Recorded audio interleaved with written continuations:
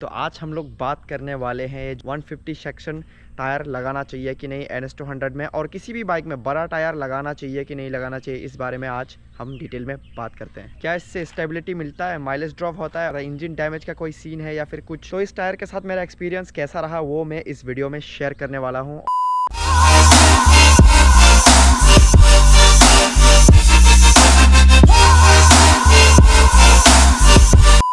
Hello everyone, this is Carrie, welcome back to my channel once again. तो आज हम लोग बात करने वाले हैं जो मेरा बाइक पीछे आप देख रहे हैं NS200, इसमें जो मैंने टायर अपग्रेड किया था वो था 150। स्टॉक टायर आता है इसमें 130। तो मेरे को काफ़ी भाई लोग सवाल करते हैं कि ये जो तुमने 150 लगाया है, क्या उससे क्या फ़र्क पड़ता है, क्या चेंजेस आ गया, मतलब लगाना भी चाहिए नहीं लगाना चाहिए, क्या इससे स्टेबिलिटी मिलता है, माइलेज ड्रॉप होता है, और पूछते हैं कि इससे बाइक में क्या फ़र्क पड़ता है, इंजन डैमेज का कोई सीन है या फिर कुछ। तो वो सारी चीज़ें जो है मैं अपना एक्सपीरियंस शेयर करने वाला हूँ। मेरे को ये बाइक का टायर मॉड किए हुए हो गया है 1 साल, और अब जाके मैं रिव्यू वीडियो बना रहा हूँ। लास्ट ईयर दिसंबर में क्रिसमस के दिन में किया था, तो 1 साल हो के 1 महीना हो गया है। तो ऑब्वियस सी बात है कि मेरे को इसका पूरा जानकारी अभी मेरे पास हो चुका है। मैंने 1 साल चला लिया, इसका मतलब आप जानते हो कि मैं 1 साल का एक्सपीरियंस है मेरे पास इस टायर के साथ। तो इस टायर के साथ मेरा एक्सपीरियंस कैसा रहा वो मैं इस वीडियो में शेयर करने वाला हूँ, और ये भी बताऊँगा कि आपको 150 सेक्शन टायर लगाना चाहिए कि नहीं NS200 में, और किसी भी बाइक में बड़ा टायर लगाना चाहिए कि नहीं लगाना चाहिए, इस बारे में आज हम डिटेल में बात करते हैं। अगर कोई अपनी बाइक में बड़ा टायर लगवाता है, टायर अपग्रेड करता है, 150 सेक्शन का टायर लगाता है, तो वो एक ही चीज़ के लिए लगाता है। पहली बात तो लुक तो देखो, मतलब इसका USP है लुक। अब हम बात करते हैं इसके प्रोज और कॉन्स के बारे में। देखो, प्रोज में हो गया इसका लुक। जब भी आप टायर अपग्रेड करते हो, मतलब बड़ा टायर, इसका मतलब बहुत अच्छा लुक आता है, ब्रॉड लुक आता है पीछे से, और काफ़ी मस्कुलर लगता है, काफ़ी बड़ा लगता है। उससे जो है बाइक का लुक इन्हेंस हो जाता है। ये हो गया पहला। और दूसरा USP इसका ऐसा है कि जो आपका ग्रिप है, जो स्टॉक में जो ग्रिप मिलता है उससे काफ़ी 3 गुना ज़्यादा ग्रिप इसमें हो जाता है। ग्रिप और स्टेबिलिटी आपको दोनों मिलता है। तो ये हो गया USP। तीसरा है इसका कॉर्नरिंग में आपको बहुत ज़्यादा कॉन्फिडेंस मिलता है। आप इसको जिगजैग करके चलाओ, कॉर्नर में एकदम तिरछा कर लो उसको, मतलब लीन करो कॉर्नर्स में, बहुत ज़्यादा आपको स्टेबिलिटी प्रोवाइड करता है। स्टेबिलिटी और ग्रिप बहुत ज़्यादा इन्हेंस हो जाता है टायर मॉड की वजह से। एंड दूसरा चीज़ है वेट ग्रिप भी आपका बहुत अच्छा हो जाता है। बारिश में चला रहे हो, वेट ग्रिप आपका अच्छा हो जाता है। और जितने भी ऐसे मतलब रेडियल टायर्स रहते हैं वो स्ट्रीट टायर्स रहते हैं, मतलब आपको स्ट्रीट में अच्छा परफॉर्मेंस मिलेगा। लेकिन इसका ड्रॉबैक ऐसा है कि इसको आप ऑफ रोड लेके जाओगे, वो इतना ऑफ रोड कैपेबल नहीं है।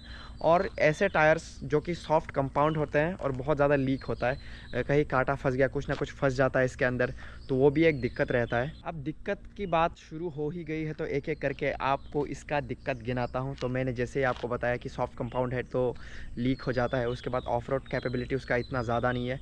और भी इसका अगर हम लोग कॉन्स की बात करें तो इससे जो है आपका माइलेज बहुत ज़्यादा तो नहीं, लेकिन माइलेज आपका ड्रॉप हो जाएगा। मान के चलो आप 3 से 4 किलोमीटर आपका जो माइलेज है वो इस टायर के वजह से ड्रॉप हो जाएगा। स्टॉक टायर में क्या होता है कि कंपनी सोच समझ के देती है, उसके हिसाब से वो लोग माइलेज भी क्लेम करते हैं कितना मिलेगा। अगर आप स्टॉक सेटिंग से हट के आप थोड़ा सा मॉड कर रहे हो तो डेफिनेटली उसका माइलेज जो है वो थोड़ा सा कम हो जाएगा। तो उसकी वजह से मैं एवरेज मान के चलता हूँ कि 4 से 5 किलोमीटर इसका एवरेज जो है वो कम हो जाएगा। 4 से 5 किलोमीटर इसका माइलेज कम हो सकता है। और दूसरी बात, इसके वजह से क्या होता है कि जो आपको इनिशियल में टॉर्क मिलता है वो थोड़ा सा हल्का हो जाएगा।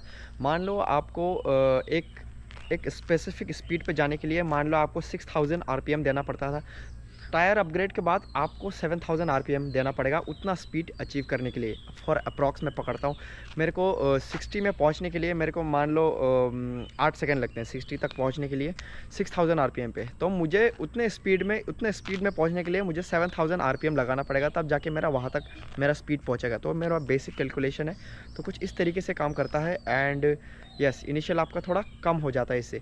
ऐसा नहीं है कि आपका पूरा पावर कम हो जाएगा, लेकिन आपको थोड़ा और ज़्यादा RPM लगाना पड़ेगा उस स्पेसिफिक स्पीड तक पहुंचने के लिए।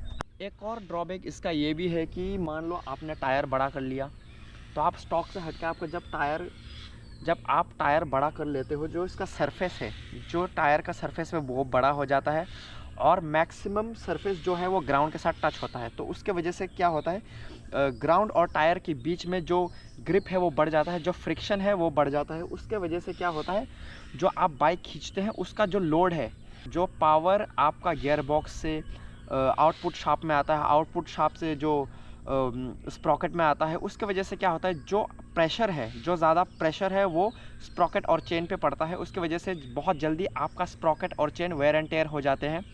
तो ये मैंने भी फेस करा कि इसको चेंज करने के बाद ही मेरा स्प्रॉकेट चला गया। तो ऐसा बात नहीं है कि तुरंत ही चला गया, मैं ऑलमोस्ट बाइक चला लिया था 20,000 किलोमीटर के ऊपर, तो स्प्रॉकेट तो जाना ही था। फिर भी मैं आपको बोलता हूँ कि स्प्रॉकेट पे और चेन पे थोड़ा तो फ़र्क पड़ता है, थोड़ा लोड तो पड़ता ही है।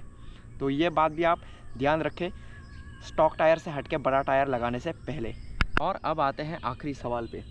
लोग मेरे से पूछते हैं NS में कितना टक का टायर लगाया जा सकता है, तो मैंने देखा हूँ 160 भी लोग लगाते हैं।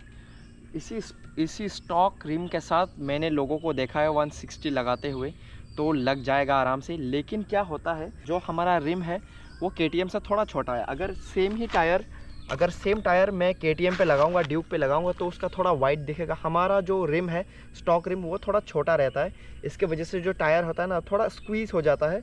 इसके वजह से जो साइड वॉल्स होते हैं थिकनेस उसका बढ़ जाता है, और आपका टायर का जितना पार्ट ग्राउंड के साथ लगता है वो उसका थोड़ा एरिया कम हो जाता है, क्योंकि हमारा रिम छोटा है और रिम छोटे होने के कारण थोड़ा टायर स्क्वीज हो जाता है।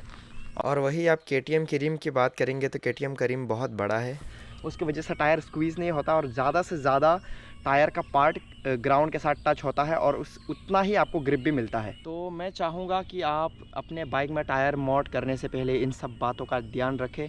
और लगाने का तो आप कुछ भी लगा सकते हो, कोई लोग तो ट्रैक्टर का टायर भी लगा के चलाते हैं। ये जो टायर है कैसा दिख रहा है? अबे साले। आई होप आपको ये वीडियो देख के मज़ा आया होगा, और इस वीडियो ने आपका थोड़ा भी मदद किया है तो वीडियो को लाइक करना, शेयर करना, सब्सक्राइब करना, और मेरा इंस्टाग्राम हैंडल पे भी जाके फॉलो कर लेना। मेरा इंस्टाग्राम हैंडल ऐसे आ रहा होगा नीचे, ट्रैवलर मॉन्क करके है, आप जाओ उसमें फॉलो कर लो और मेरा बढ़िया बढ़िया सा रील देखो।